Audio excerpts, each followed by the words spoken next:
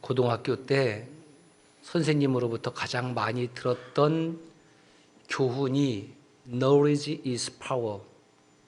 아는 것이 힘이다. 직역을 하면 지식이 힘이다.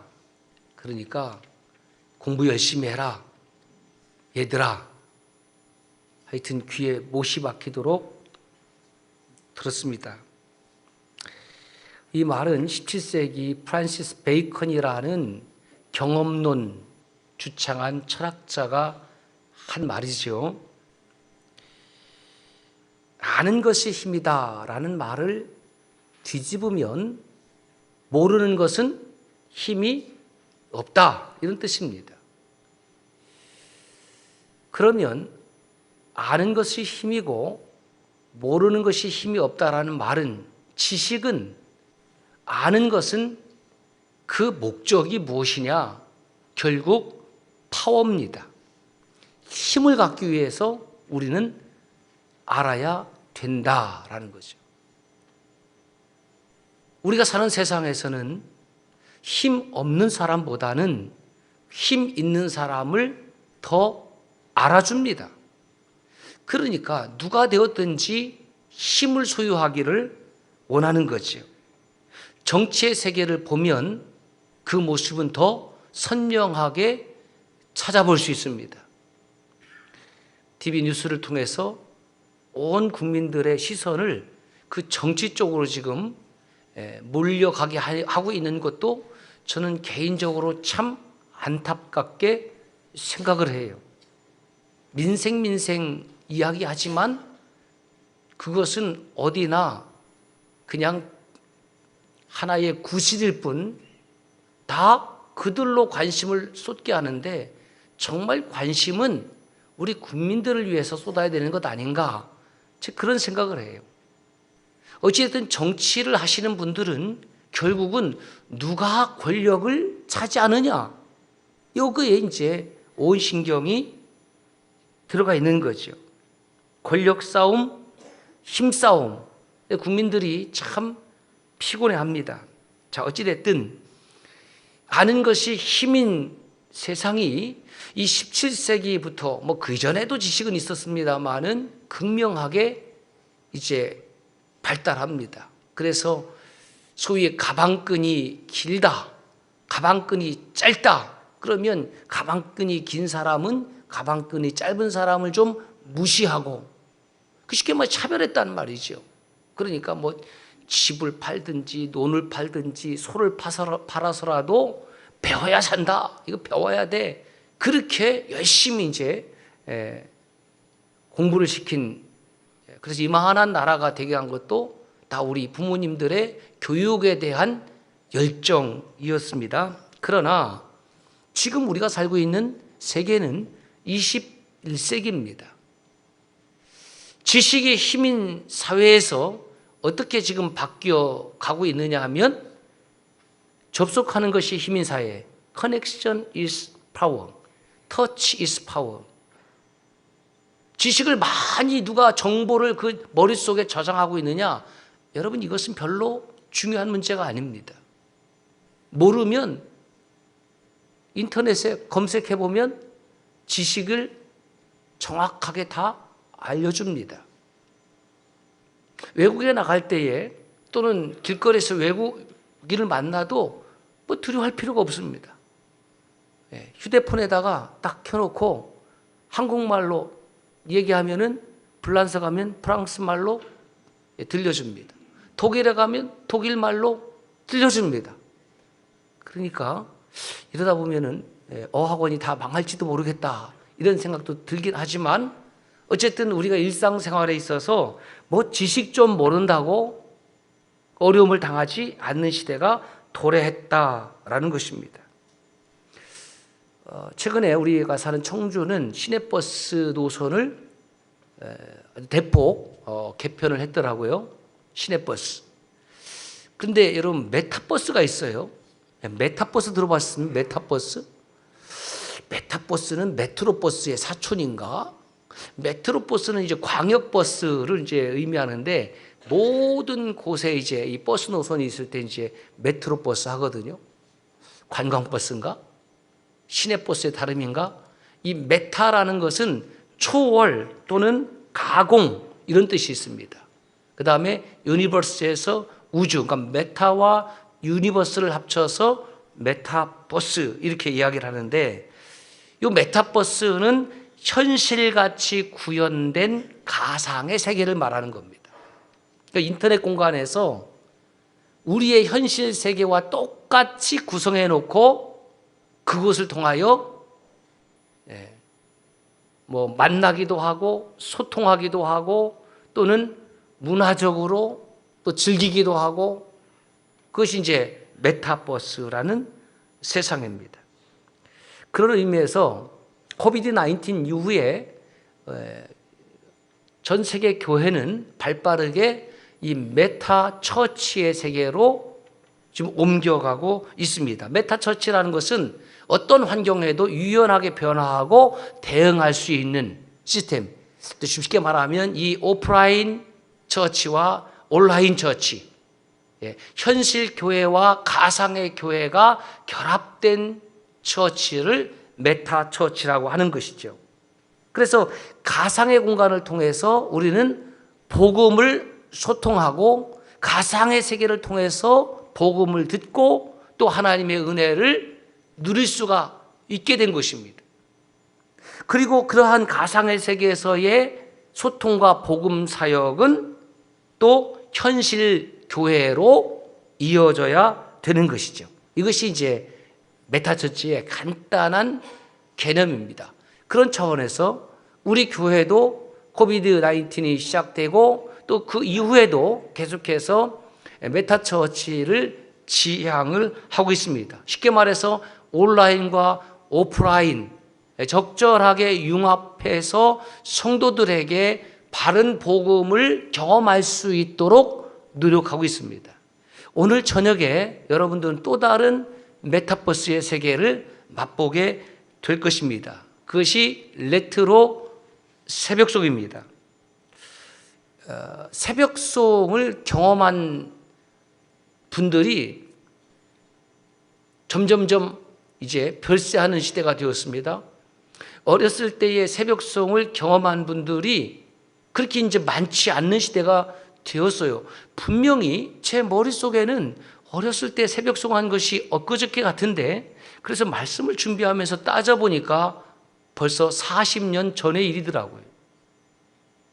당연히 큰아들이 30인데 이 친구도 새벽송이 뭔지를 경험해보지 못했습니다.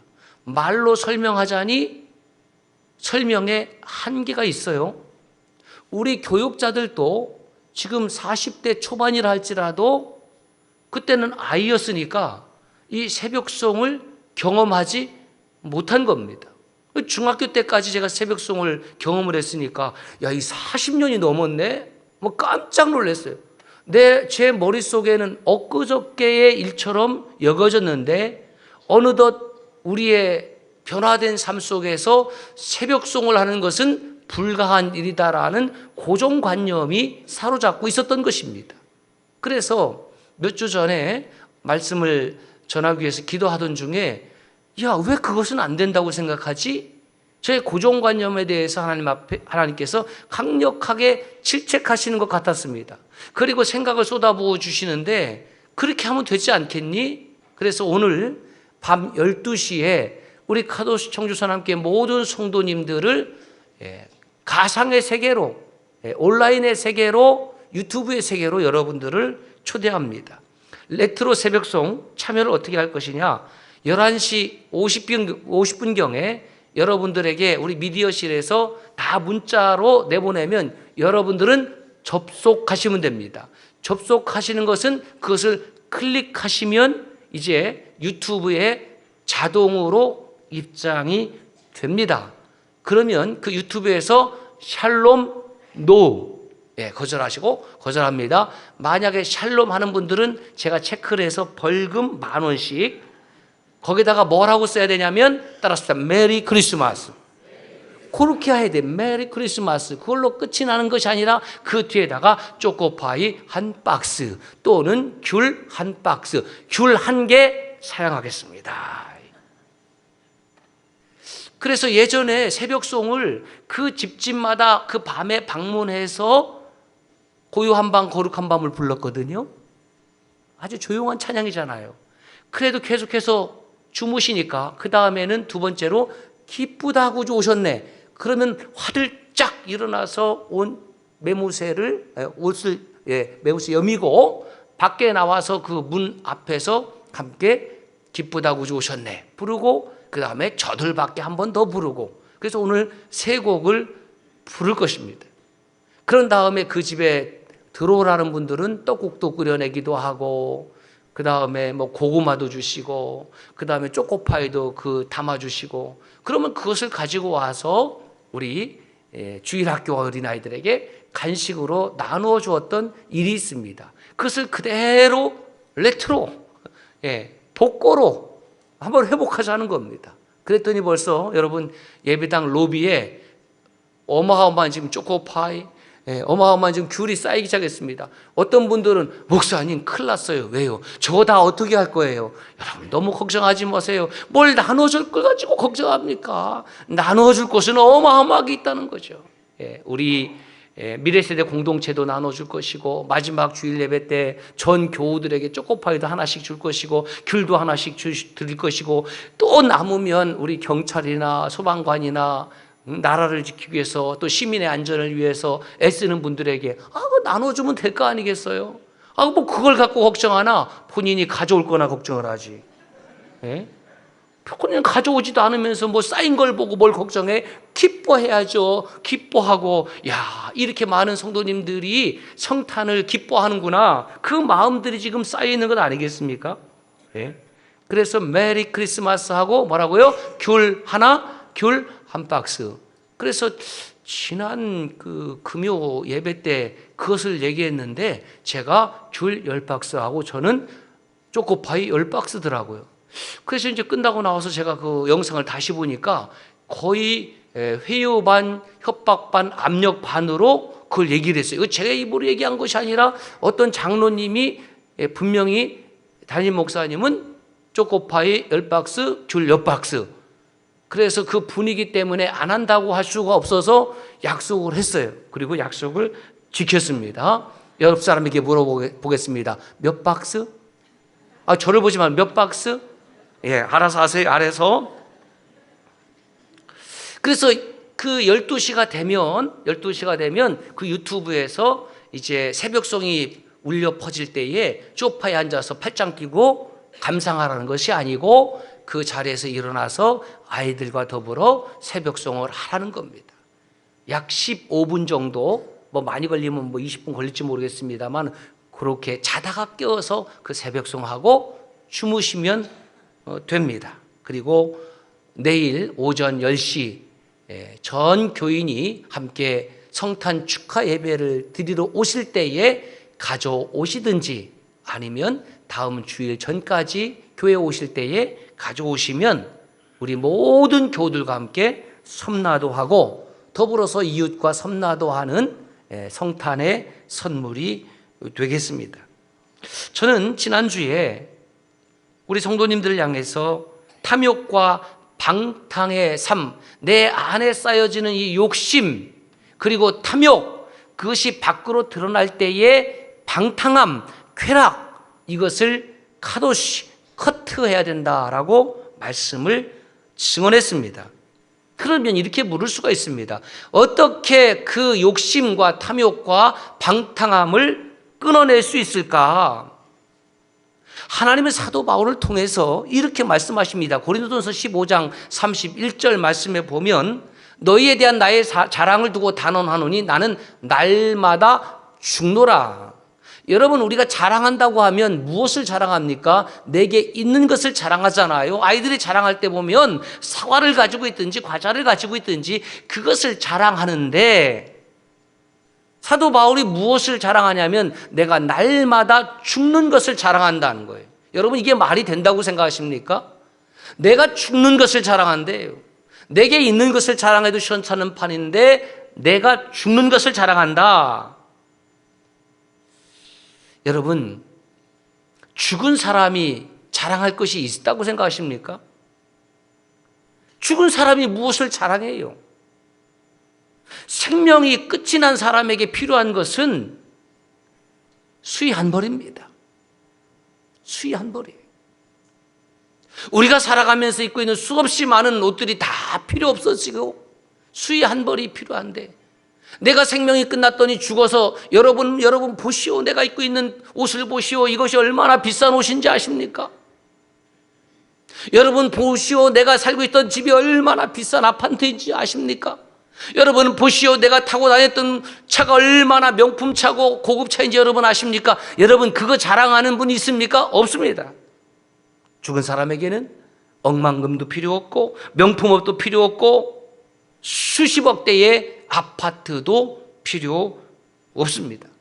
사도 바울이 나는 날마다 죽는다라고 자랑한 이유는 무엇이냐? 내 안에 쌓여가는 그 욕심, 그 쾌락, 그 옛 본성, 그 방탕의 삶의 유혹을 내가 매일매일 끊어버린다. 어떻게? 예수 안에서. In Christ. 예수 안에서 무엇으로? 예수 그리스도의 십자가로. 십자가 없이는 안 돼요. 십자가 없이는 누구도 내 속에 찾아오는 삶의 욕심과 정욕과 탐욕과 쾌락을 끊어낼 방법이 없어요. 아무리 그가 훌륭한 인격자라 할지라도 그 겉으로 드러나는 모습은 회칠한 무덤 같지만 그 안에는 썩어져가는 욕심이 있고 탐욕이 있고, 왜 끊어내지 못합니까? 내가 예수가 없어요. 예수 안에 살지 못합니다. 예수의 영과 상관이 없습니다. 예수의 마음을 품지를 못하는 겁니다.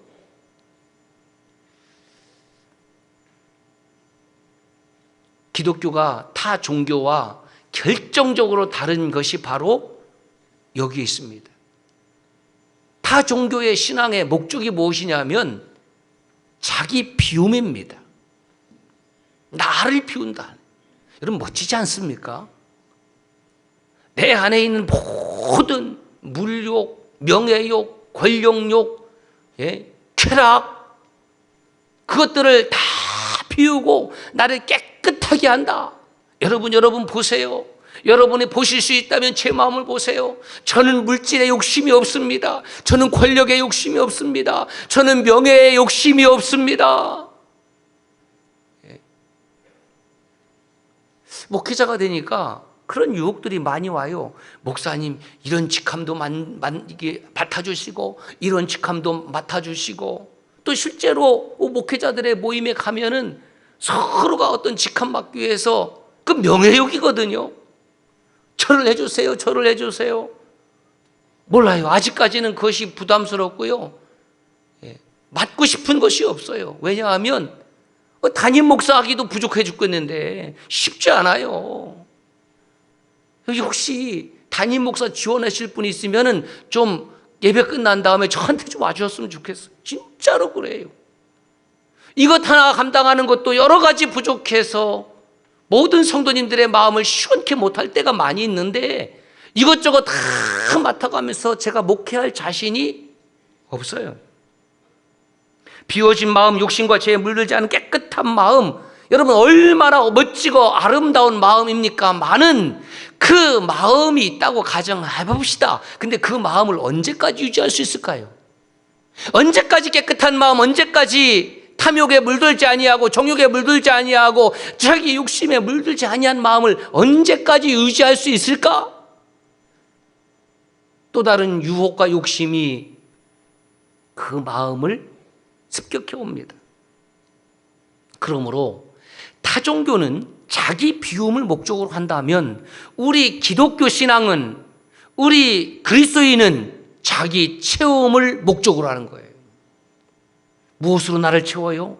그 빈 공간에 예수 그리스도로 채우는 겁니다. 그 빈 마음에, 그 빈 영혼에 예수 그리스도의 영으로 체험받는 사람, 이 사람을 성령의 사람이라고 하고 이 사람을 그리스도인이라고 하는 겁니다. 하나님의 영이 나와 함께 하는 겁니다. 하나님의 마음이 나와 함께 해야 돼요. 그 사람이 그리스도인이에요. 그리스도인은 교회 왔다 갔다 그냥 하는 사람이 절대로 아니고 하나님의 마음이 나의 마음이 되고 주의 영이 내 안에 임재하는 그 사람을 그리스도인이라고 하는 것이죠.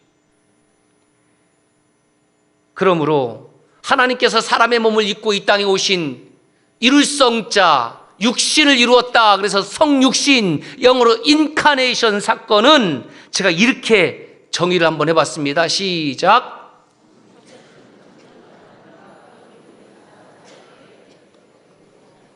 이벤트 오브 커넥션, 이게 접속의 사건이죠. 창조주 하나님이 뭐가 아쉽고 뭐가 부족해서 사람의 모습으로, 피조물의 모습으로 오시겠습니까? 우리와 교제하기 위해서, 우리와 접속하기 위해서. 뭐가 부족해서 하나님께서 사람의 몸을 입고 오신다는 말입니까? 우리의 육신이 그렇게 멋집니까? 누구 맘대로 늙으래요? 누구 맘대로? 응? 누구 맘대로 아파요? 별거 아니잖아요. 별거 아니잖아요. 예? 우리 머리가 희끗희끗하신 우리 할머니 권사님들, 할아버지, 장로님, 집사님들, 이분들도 다 한때는 꽃다운 청춘의 나이가 있었잖아요. 그 육신이 썩어져가고 늙어져가는 모습 별거 아닌데 세상의 창조주 하나님이 피조물의 모습으로 오셨다는 거예요. 왜? 사랑해서. 부모가 돼서 자녀를 길러보니까 자녀는 대우받고 부모가 되어서 한 30년째 부모로 살고 있으니까 부모의 마음과 자녀의 마음을 동시에 느낄 수 있는데 깨달았어요. 야, 자녀였을 때는 부모의 마음을 절대로 알 수가 없는데, 그래서 자녀로 살아갈 때는 부모하고 함께 있기를 보다는 기회만 되면 집 밖을 나가 돌아다녔지. 예? 기회만 되면. 왜? 아버지 어머니는 언제나 그 자리에 계시니까. 부모보다도 누가 더 좋아요? 친구. 친구 따라 어디 가자? 교회 가자. 뭐 강남 가? 따라 친구 따라 어디 가요? 교회 가자. 말을 좀 바꿔. 강남은 뭐, 강남 가서 뭐 하려고 거기 가고 강남을 가. 예? 무심천에 가든지. 그 부모가 돼서 보니까 부모 대신 여러분 자녀들이 오면은 어떤 마음이에요? 조금 더 있다 가지. 그래요, 안 그래요? 다른 거 아무것도 안 해도 조금만 더 있다 가지. 하룻밤만 더 자고 가지. 뭐 달라고 한 게 아니고 부모는 자녀들이 그냥 내 옆에 있는 것이 좋은 거예요. 근데 설교용 용어는 아니지만 용서하고 들으세요. 이 아새끼들은 그걸 몰라. 그렇죠? 예. 부모는 그냥 자녀가 옆에 있으면 좋은데 자녀들은 부모가 옆에 있는 것을 그냥 좋다라고 잘 못 느끼는 것 같아요. 우리 하나님께서 왜 사람의 몸을 입고 오셨을까? 우리와 함께 하시기 위하여. 그래서 하나님께서 우리에게 어떻게 접속하셨냐? 성경을 보니까 세 가지 방법인데 첫 번째가 onus, 두 번째가 with us, 세 번째가 in us입니다. onus, 온갖입니다. 온갖. 우리 위에 하나님, 온갖, 우리 위에 계신 하나님. 구약에 나타난 하나님은 천지 만물을 창조하신 하나님, 태초의 하나님이 천지를 창조하시니라. 그 하나님의 모든 권세와 능력과 구원의 역사가 기록이 되어 있음에도 불구하고 우리의 무지함 때문에, 우리의 어리석음 때문에 하나님을 창조주 하나님으로 인식하고 경배하는데 어마어마한 장애가 있음을 보게 되는 거죠. 그래서 하나님께서 우리 위에 with 가시죠. with 가. 하나님이 우리와 함께 임마 with 누 너희의 복수입니다. 임마누엘 엘로힘의 준말입니다. 임마누엘 하나님이 우리와 함께 하시기 위하여. 왜? 그것이 하나님의 기쁨이요 하나님의 행복이기 때문에. 이사야 7장 14절에 BC 8세기, 즉 예수 그리스도께서 태어나시기 800년 전에 선지자 이사야를 통하여 하나님께서 이렇게 예언하셨습니다. 그러므로 주께서 친히 징조를 너에게 주실 것이라. 징조 오트 세미온 사인을 주시는데, 보라 처녀가 잉태하여 아들을 낳을 것이요 그의 이름을 무엇이라고요? 임마누엘이라. 하나님이 우리와 함께 하시다. 뭐 이름이 이렇게 이상하냐? 하나님이 이 땅에 오신 목적이 우리와 함께 있고 싶어서 어렸을 때는 몰랐어요. 그렇게 설교를 많이 들어도 뭐 그런가 보다 그랬는데, 이제 부모가 돼서 한 30년 아비로 살아보니까 그렇게 이것이 은혜가 되는 거예요. 이야, 하나님이 나와 함께 하심이 그렇게 좋으시구나. 예? 그래서 천사를 통해서 하나님께서 요셉에게 두 가지를 말씀하시는데, 야 요셉아, 지금 마리아가 잉태했는데 이 잉태는 홀리 스피릿, 바이 홀리 스피릿, 성령에 의하여 잉태된 것이다. 이렇게 말씀해 주세요. 여러분, 내 지금 아내가 임신을 했어요. 그런데 아직 정혼한 상태라 지금 같이 사는 것이 아니에요. 그러면 이것은 간음한 것입니다. 간음한 것은 어떻게 되느냐? 율법에 의해서 돌로 쳐 죽여야 됩니다. 그리고 파혼합니다. 요셉은 의로운 사람이라 마리아가 잉태된 것을 알고 가만히, 그 마리아를 돌로 쳐 죽일 수는 없고 가만히 끊고자 했습니다. 그런데 가브리엘 통해서 그렇게 하지 말고 네가 마리아를 책임져야 되겠다. 네가 마리아를 사랑해 줘야 되겠다. 왜냐하면 지금 마리아에게 잉태한 것은 사람이 한 것 아니다. 마리아는 그런 여자가 아니다. 하나님께서 그를 통하여 이 땅에 오심이다. 이게 요셉한테는 맞는데 만약에 지금 이 예배를 드리고 있는 남성들에게 이렇게 된다면, 아니 내 아내가 그런 정도의 여자예요? 마리아가 그런 여인이에요? 뭐 이렇게 질문할 수도 있겠고, 그게 들어본 일도 없는데, 아니 천사님, 가브리엘 천사님, 저는 그걸 들어본 적이 없습니다. 제 지식에는 그런 거 없어요.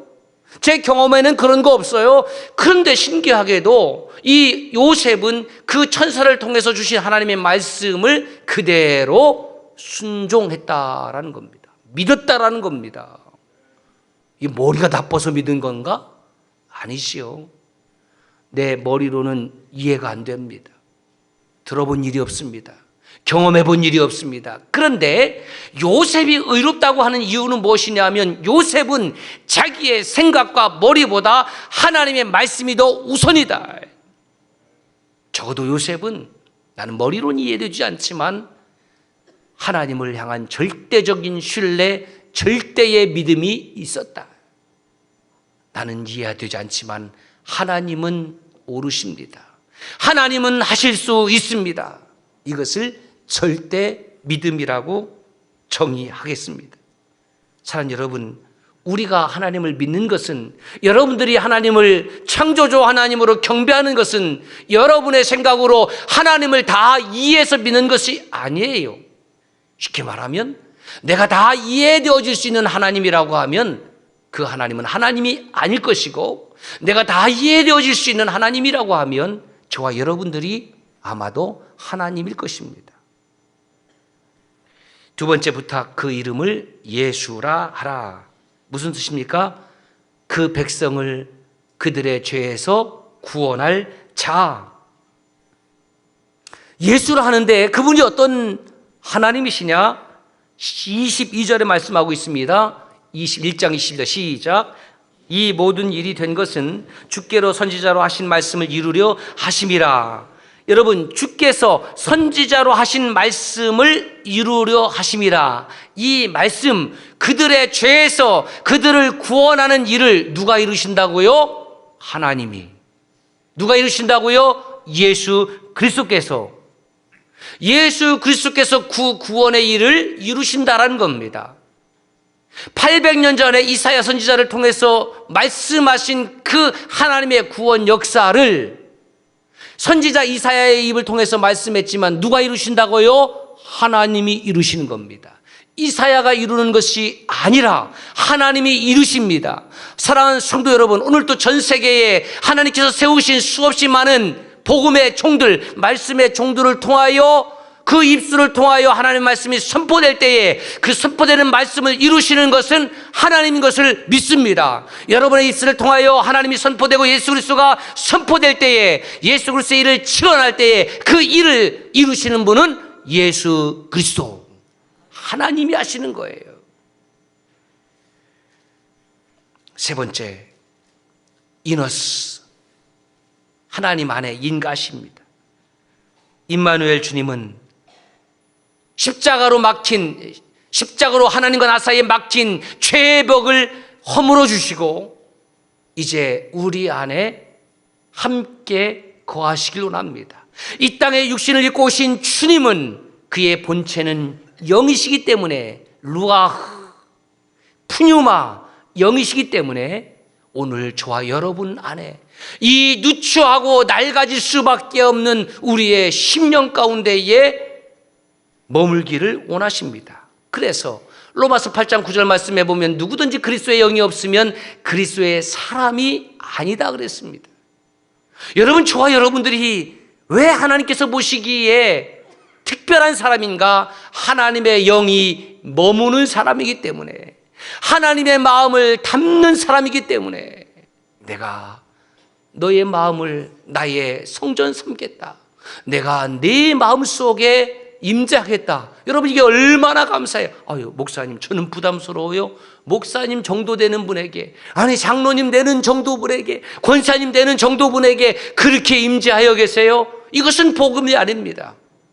주님은 온 백성에게 마음과 뜻과 정성과 힘을 다하여 예배하는 모든 백성들 가운데에 그렇게 접속하시고 그렇게 함께 하시기를 원하십니다. 고린도전서 6장 17절에 주와 합하는 자는 주님과 커넥션, 그죠? 접속하는 자, 주님의 옷자락을 만지는 자에게는 한 영이라고 말씀하셨고, 고린도전서 6장 19절에 우리는 성령의 전이다. 내가 성령의 전이다. 내가 하나님의 전이다. 하나님의 전을 나로 삼고, 그것이 하나님의 마음입니다. 청춘 남녀가 교제합니다. 연애라고 하죠. 연애. 그렇게 교제를 하다가 어느 날 결심을 합니다. 내가 이 자매에게 청혼을 해야지. 이 자매하고 결혼할 거지. 그 자매가 또 받아들여줘야 될 거 아닙니까? 일반적으로 다 이거예요. 또 여자가 먼저 청혼하는 경우도 있으니까 내가 이 청년하고 결혼해야지. 그렇게 결심하기 전에 두 가지 결단이 있어야 돼요. 첫 번째가 뭐냐? 옆 사람이 그냥 우리 장우자 권사님 괜찮겠다, 그죠? 예, 연세가 좀 많으시긴 하지만 처자 때의 일을 생각해서 내 안에 너 있다 이거지. 예? 그죠? 우리 오성일 안수 집사님께서 그 장우자라는 참, 예? 지금은 그런데 옛날엔 예뻤을 것 같아. 지금도 아름다우세요. 자. 18살 낭낭 18대 때 오성일이라는 멋진 청년이, 예? 이보시오, 예? 뭐라고 불렀어요 그때는요? 거시기? 이보시오, 응? 내 안에 당신이 들어있어. 그것 때문에 속아서 결혼했잖아요. 그쵸? 그래요. 말 속아서 때 여보 내 가슴 속에도 당신이 있어. 그래? 두 번째 조건, 함께 살면 기쁠 것 같고 함께 살면 행복할 것 같고 그래서 결혼한 거지. 내가 이 남자하고 결혼했다가는 내 인생이 절단나겠다. 그럼 뭘로 결혼해? 안 하지. 여러분, 저와 여러분 안에 누구의 영이 임재하고 있습니까? 누구든지 그리스도의 영이 없으면 하나님의 사람이 아니다. 우리에게 그리스도의 영이 함께하기를 원하는 것은 무엇이냐면 하나님의 영이 나와 머물기를 원하고, 그래요, 주님, 저같이 부족하고 초라한 사람에게 하나님의 영이 함께 하신다고 하니 주님이 나와 함께 하시면 나는 힘들어도 행복하고 피곤해도 기쁘고 어려워도 감사하고, 할렐루야. 그래서 예수를 나의 구주 삼는 거야죠. 예수를 나의 구주 삼고 성령과 피로써 거듭나니, 그래서 예수님을 나의 영원한 주인으로 삼는 거예요. 주님 내 안에 임재하시면 저는 기뻐요. 나는 행복해요. 그래서 제가 이렇게 정리해 보았습니다. 나는 늘 성령과 접속하여 살고 있습니다. I always live in connection with the Holy Spirit. 나는 늘 성령과 접속하여, 나는 늘 성령 안에 살고 있습니다. 그것이 저와 여러분의 고백이 되기를 원합니다. 그래서 또 한 번 이렇게 정리해 보세요. 가장 행복한 사람이 누구냐? 시작. 가장 행복한 그리스도인은 늘 하나님의 영과 접속된 사람, 곧 성령의 사람이다. 파스칼이 이 팡세라는 책을 썼습니다. 저는 이 팡세라는 책을 늘 책상 위에 두고 조금씩 매일 읽고 반복해서 성경처럼 마치 그렇게 읽어요. 제가 참 좋아합니다. 이 팡세에서 파스칼이 무엇을 주장하냐면 사람의 영혼 속에는 빈 공간, 또 다른 말로 진공이 있다라고 얘기를 합니다. 이 빈 공간과 이 진공이라는 것은 인간의 비참함과 위대함을 동시에 설명해 준다는 것이죠. 그래서 이렇게 제가 인용을 해봤습니다. 인간의 위대함은 자신이 비참하다는 것을 안다는 점에서 위대하다. 나무는 자신이 비참한지를 모른다. 따라서 자신의 비참함을 아는 것은 비참한 일이지만 자신이 비참하다는 것을 아는 것은 참으로 위대한 일이다. 무엇이 비참하다고요? 자신 속에 하나님의 영광을 잃어버린 사람은 비참합니다. 누가 위대합니까? 내 안에 하나님의 영광을 회복한 사람은 위대합니다. 그러므로 오늘 이 시대에 얼마나 많은 사람들이, 아니요, 얼마나 많은 사람들이 아니라 모든 사람들 한 사람 한 사람을 따져보면 외롭지 않은 사람 없어요. 빈 마음, 아픈 마음, 연약한 마음, 괴로운 마음, 쓰린 마음, 상처난 마음 없는 사람 아무도 없습니다. 없습니다. 영혼의 빈자리, 그 빈자리를 메우려고 애쓰고 힘쓸 때 다 채워지지 않으니까 권력을 가져도, 명예를 가져도, 물질을 가져도 그 영혼의 빈자리가 다 채워지지 않으니까 마지막에는 마약에 손을 대는 거예요. 마약에. 채워집니까? 망가지는 거예요. 여러분, 하나님의 자리를 대신하여 채울 수 있는 것은 세상에 아무것도 없습니다. 성탄의 절기는 임마누엘, 하나님이 나와 함께 하시기 위하여. 그렇다면 그 말은 하나님께서 저와 여러분의 빈자리, 쓸쓸한 마음, 공허한 영혼 속에 채우시기를 원한다라는 뜻입니다. 성탄은 부족한 우리를 채워주시기 위하여 오신 사건입니다. 팡세에서 제가 얻은 이 책의 결론은 전 이렇게 요약하겠습니다. 시작.